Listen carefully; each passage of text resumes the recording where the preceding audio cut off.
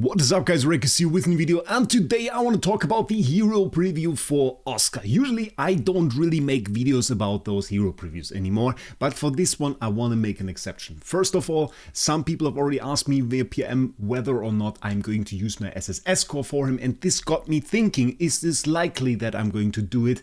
And I kind of got to the point where I was thinking about some mechanics that are in there, and I wanted to discuss that with you guys. I wanted to talk about why this could be good and why Oscar indeed could be a hero that right now isn't out of the question for my SSS core, and why this is really interesting and might also be an interesting hero for you. So first of all, I would say we just start into the skill set, then we are going to discuss a few points. I want to show you some PvP gameplay right now because this is where I currently see him. I see mostly in PvP at the moment.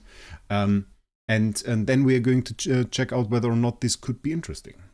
Starting off, DH has released this hero preview today with all of the skills, of course without the numbers once again. So they are not releasing those numbers like deals 500% attack damage or something. They won't put those numbers in there because they later want to be able to nerf them. Interestingly enough, another light hero is the reason for that. The hero that was nerfed pre-release and is the result now that we can't see those numbers anymore is actually EOS. EOS seemed pretty OP, the base version, on paper when we first got to see him, and then DH decided to actually nerf her before release, and players were very disappointed with that, and thus there were a lot of complaints about it. So DH said, okay, well then we are just not going to show you the numbers anymore, so we can adjust them even close to release as we see fit. And I think, well, it's not a bad solution at that. I mean, we are kind of getting a little bit of a preview, so it kind of works out, I guess.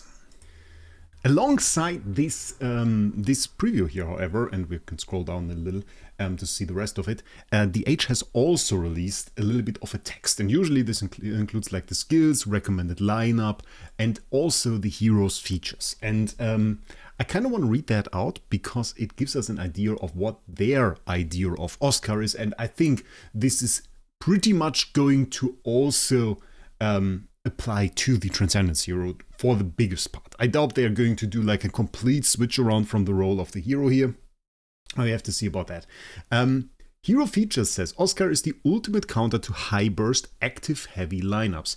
He begins combat with layers of damage mitigation, consuming them to neutralize incoming active skills while punishing attackers with burn and counter attacks. From round 2 onwards, Oscar transitions into powers, unleashing massive damage to dismantle the enemy opposition. So the point is, we have a hero that is essentially starting off as a defensive hero, switching to an offensive hero. We have burn, we have counter attacks, and as we will see in a second, we also have CC, which is not mentioned in there, but we also do have that. So they do want to counter design him to oppose heavy damage, apparently, which is interesting. Recommended lineup, we're not going to go over this. They recommend either going with Receptor or with Golden Crown for it. We'll see why in a second as we scroll down. And by the way, he is a light hero. Oscar is a light hero. And light in the past had a pretty good history of strong heroes if we think about it. We think about heroes like Wukong, like DGN, like DTV. Those are the first heroes that come to mind. Of course, we had a few weaker releases with like Yom Tomb and SDE. Funny enough that is also now a light hero that we talk about. Well, we're talking about those nerfs as well. Interesting. But SDE actually had a meta. Yom Tomb is still one of the heroes where I think that if you have like a high enough investment, if somebody would dare to make like an XT out of him, he could be really interesting because he has this huge divine retribution. So that could be cool, but I don't know. And definitely a hero that I would keep my eyes on when the treasures arrive. And for Oscar, however, let's check out the active skill. And this is the Dawn Undying Summons active skill. It deals damage to all enemies, which is good for a CC hero. And when self as Radiance, there's a chance to deal damage to the enemy and burn them. And if this effect is not triggered, there's a chance to inflict Dazzle. So we have Dazzle as the control effect here. Dazzle, surprisingly rare control effect. More common to light heroes, really.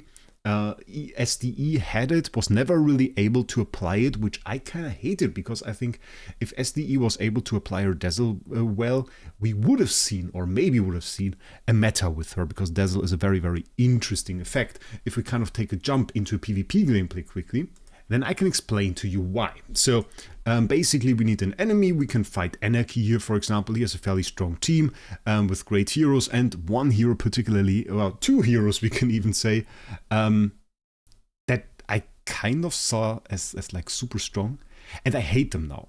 Not in the sense that I think they are bad, I think they are just very annoying. We're going to use this team as a makeshift team that I made just for this video. It is pretty good though, honestly. Madeline in there, we have Wukong, we use PDE for the pure flow combination. We could really run more X tiers on here. 1 or 2 billion power, and we have the LDA in there, which is pretty good. And really, this lineup is so much weaker than mine. Obviously, we're fighting with a big power difference here, so this should be absolutely crushed. But as you will see in a second, he actually manages to do a pretty insane amount of damage to me and actually damage my lineup quite a bit. Well, actually, not in this one. We probably got the best fight ever. We have to watch another one. It's actually quite sad. Of course, for the video, ladies and gentlemen, when I want to demonstrate how much damage he does to me, it's like 5%. Thank you for that. Very, very great for the demonstration. Do we get another one where he basically does no damage to us? But you can see, like, we are losing chunks here. We are losing chunks. This is from mainly the IEA. And of course from the LBRM. LBRM with Nova Outburst deals a ton of damage to heroes. I use it on the LDA actually, so I'm kind of cheating with it as well. The thing about it really is that it is rather annoying. Hits the entire team. It is an absolute menace.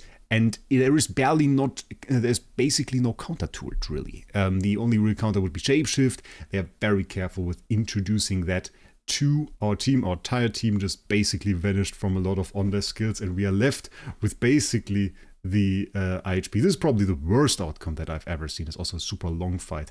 You can see it wasn't even the LBRM here in this case, it was the IEA. So vastly different outcomes that we see in those fights. And even with the huge power difference, obviously my team could be adjusted to do way better against his team. Could be adjusted in a way that would allow him to do less damage, but this wasn't the purpose of it. I wanted to have him deal damage to us because it kind of highlights that we would love to have a counter for it. And in the past, you could limit certain effects a little bit, either by doing Shapeshift. This was years ago actually, when in the meta where we still had normal heroes. And there was one particular hero that was kind of really annoying at that point, and that was Russell. Russell was a menace in terms of dealing damage because he had this insane ult that would allow him to hit enemies multiple times for every stack of light arrow that he has. But he also had one very sneaky ability that read like this. When the battle begins, has a 100% chance to inflict Dazzle on 2 enemies with the lowest HP for 1 round. And Dazzle is very disrupting. It doesn't stop your heroes from attacking. It just says all skills of dazzled enemies will compulsively target 1 random hero of your side. And what that means basically is whenever a hero attacks, or well, basically starts a damage instance, we should say. It is a little bit different in the way it works, and I will explain it in detail because we are in a video where we have to explain stuff in detail, of course. When it says attacks all enemies, this will overwrite it, and it will make it into 1 random enemy. And this is super strong on some abilities, because instead of hitting 6 heroes, you suddenly hit 1. The ability is balanced to hit 6 enemies. Of course, it will cut the damage to a very small number in that, and will make it so it kind of sucks. And also, on every single damage instance, this will trigger a retargeting. Essentially, what that means is if you have an ability that hits multiple times, for example, at that time, popular one was Garuda, who hits 1 additional time for every feather blade she has. He has? Well, it's a bird. She has, I guess. Then every single one of those feather blades would then start and basically target a new enemy, and this would make her hit the entire enemy team, which seemed like a good thing, but spreading the damage out too much with this random targeting, that just isn't good. And it counters many abilities, and I think what it would also very well counter are actually on-death abilities, as long as it applies to them, and DH actually manages to do that. It should apply to them. last tested it did. And this should make it so this only actually hits one of your heroes when Alekita dies with Dazzle on her. It also is very cool for just countering those abilities, because if that ult doesn't hit all enemies 2 times, but just 1, that really sucks. That really sucks, and it completely wastes it. And just having this targeting switch around is so incredibly disruptive that I would love to use it. And it made me actually want to use EOS, because EOS has the option to apply it, but EOS is so bad at applying it, because it is connected to her everlasting sun, which really doesn't really do it, and it doesn't work, and it has 40% chance, and it doesn't scale well, and she should be good at it because she's a mage, but because they put it on those everlasting sun, I don't think it even scales with all of the modifiers that we have, and it was just bad. It was just bad. She wasn't good at applying CC. So having another hero that really can do it, that could be really interesting, because this is a strong CC. And I kind of want to point out one more thing. We have to check out Mockman for that. Really, for quite a while, we haven't seen Transcendence effects that were really popping off. We have seen, they started actually by giving every single hero Transcendence effect, and now it's become more common, really, for us to see heroes that just use the base version. I think if we have a hero right here with, like, Dazzle, that could really be interesting, because if we get like a Transcendence version of Dazzle, I don't even dare to imagine what it could do. It could be really, really cool. Usually what it is like you get the base version of the CC and then you get an extra effect. For Taunt, it was, for example, that the all damage dealt of the hero that has Taunt inflicted on them is reduced by 33%, which is great, because this hero is going to attack your caster, which is how Taunt works. Taunt, by the way, interesting enough, overrides Dazzle. It was seen as an upgrade to Dazzle, which I never really considered like that, because making all heroes target one hero right now with all the damage reduction ignoring mechanics is obviously bad, because these heroes like IHP, when they are taunted, just cut through the enemy taunter. It is just very easy for them. And then DH also decided to not give taunt confrontation to a lot of newer heroes, which I still think is a mistake and is still rather horrible, because we see them die even faster, which is just a thing that we don't really want. If I could find my Gege, I could actually show you. I think he has it, to taunt an enemy. It's taunt confrontation is the Transcendence version, and it's just like the regular taunt that Gege has, which just is bad. It's really annoying that they did that. But we could see a Transcendence version of Dazzle potentially, which would be cool. So what we see here, and I will briefly put this together, we see damage, percent HP damage, with a cap, it says has cap, to enemies with burn. So, and if the effect is not triggered, then we can inflict Dazzle, which is cool. Okay, I hope we get like the Dazzle unconditionally. That would be very nice, so just like full enemy team Dazzle, that would be insane. Then we have like holy damage attack damage reduction, so damage reduction very good actually. And then deals them attack damage to backline enemies with a chance to dazzle them for several rounds. Again, we see we have 2 abilities already that have Dazzle on them, which is really nice. So this makes me hope. And then we have this. When a battle starts or when self is in the battle as a substitute, grant self layers of enlightenment, each of which increases self damage reduction and all damage dealt. So a little bit of scaling there. Each time after an enemy releases active skills, consumes layers of enlightenment to deal attack damage to the target and burn them. So we do have burn. We have a counter attack mechanic and we have burn here. Many counter attack mechanics actually struggle a little bit. Even SSM, and I don't really want to admit that, struggles a little bit in PvP, especially against those shields from Madeline. It's not that nice. So it would be interesting to see that. Damage over time in the past also not the greatest thing. It's not like it's bad. We just saw Nova Outburst, which is absolutely insane, but that is because Nova Outburst has no cap. It just has no cap. Usually it says something like burns the enemy for 20% of their max HP, but maximum 150% of attack, and then it actually ends up just being a very weak attack that gets purified or doesn't. It doesn't matter really. Uncapped damage over time effects are very rare, and the Age has also done a whole lot to not make damage over time good in any way. What do I mean by that? Well, damage over time used to be great in stuff like Flame Shrine. It used to be meta for a very long time when we had heroes at the likes of Ithaka and especially Delacium in the combination together, where I think I had my greatest times in Flame Shrine, if I'm honest. And since then, I'm actually advocating to bring them back by removing damage over time purify. That is what they added. They allowed the bosses to purify damage over time effects, which they couldn't in the past. That was in the past, damage over time heroes were meta. Now they aren't. Because damage over time heroes, in the way they are made right now, actually need time to stack up the damage over time effects. And for most heroes, it's still not worth it to actually do it. For Ithaka, it used to be worth it because Ithaka also could apply a damage over time effect that essentially had no cap. It just was based on the damage Ithaka dealt. The more damage you dealt by scaling your holy damage, all damage dealt, whatever, the more damage over time effects, or the bigger the damage over time effect you put on the enemy, then Delacium would come around, would enhance the duration of the damage over time effect. The boss couldn't purify it. Delacium would spread it to other opponents, so we have 3 bosses, so we can spread it very well, and that actually dealt a ton of damage. Isn't possible today anymore. That is why Ithaka, sadly, is bad, and I can't even make a great video even though we have an S tier, which is sad. And I would like to make like a 400, 500 million attack Ithaka video, but it would just end up being pathetic until DH actually removes the burn or the damage over time purify, which I really, really want.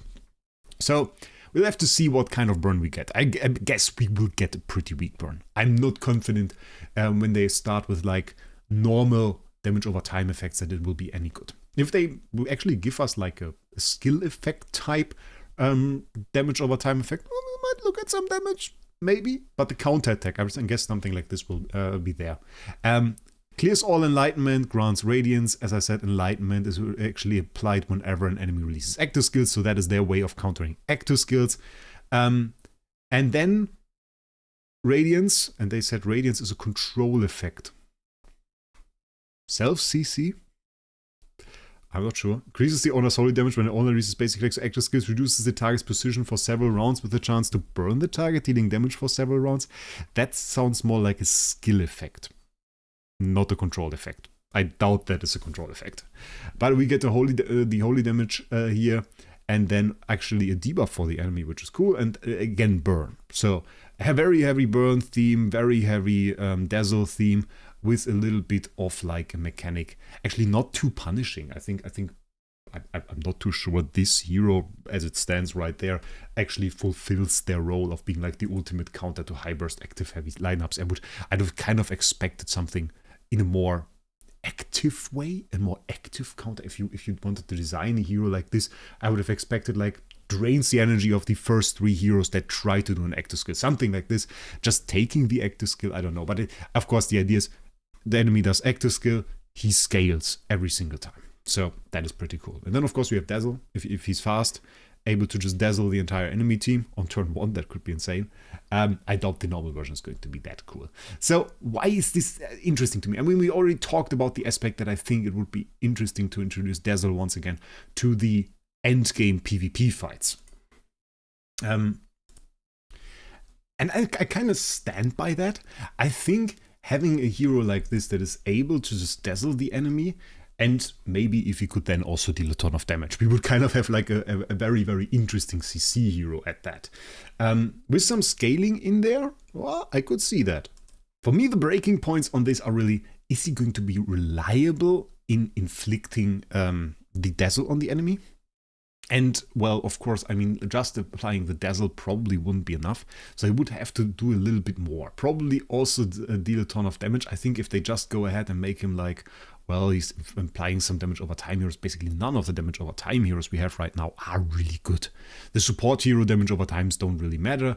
And then a lot of the other damage over time heroes are just bad. So we have G-Star, that just is too slow. Finn, actually not bad, but also his damage over time is called Nightmare Entanglement, which has a few extra effects. It's kind of like a Transcendence damage over time effect, we could say. If we get something like this, this could be really, really interesting. Maybe a little bit of an early game perspective. I don't think he will be that great. I just think at this current point, also the releases of normal heroes, just not really that important anymore. Not because we hate them in any way or something. It's just that people kind of traverse the early game rather quickly with very specific targets to get them. In theory, it would be a very, very interesting hero. Then I would argue, though, why would you dazzle if you can shapeshift? So if you were to go for a CC hero, that would nonetheless still be Holmes Young because, well, shapeshift is OP. But you don't even need that. So Then again, I don't think it will be interesting for early game, but he's a contender still. And I would see him as, if he is something, from what we have seen, he would probably be a PvP hero. I don't think we need like CC heroes necessarily for Void campaign, though an interesting fact is the Gustin targeting would also switch around all the time if they were dazzled. I don't know. Makes it maybe a little bit easier to survive, though in general, from my attempts, I've always like strived to kind of have them linked to a very specific hero, so like 5 heroes linking to the same one, so that you get basically a free round after that hero dies. But yeah, so I don't really know. We have to see. It's still an interesting hero. We are going to, of course, cover the event. I hope you subscribe for that. Other than that, definitely check out SG-Up. We will very soon bring Stripe back as payment method. I know that was very, very popular for you guys. Stripe payment method allowing you to pay with credit cards and everything. That was very popular with you guys. We are soon bringing that back. Stay tuned for that. Check out SG-Up in the description. There is a link to the Discord server.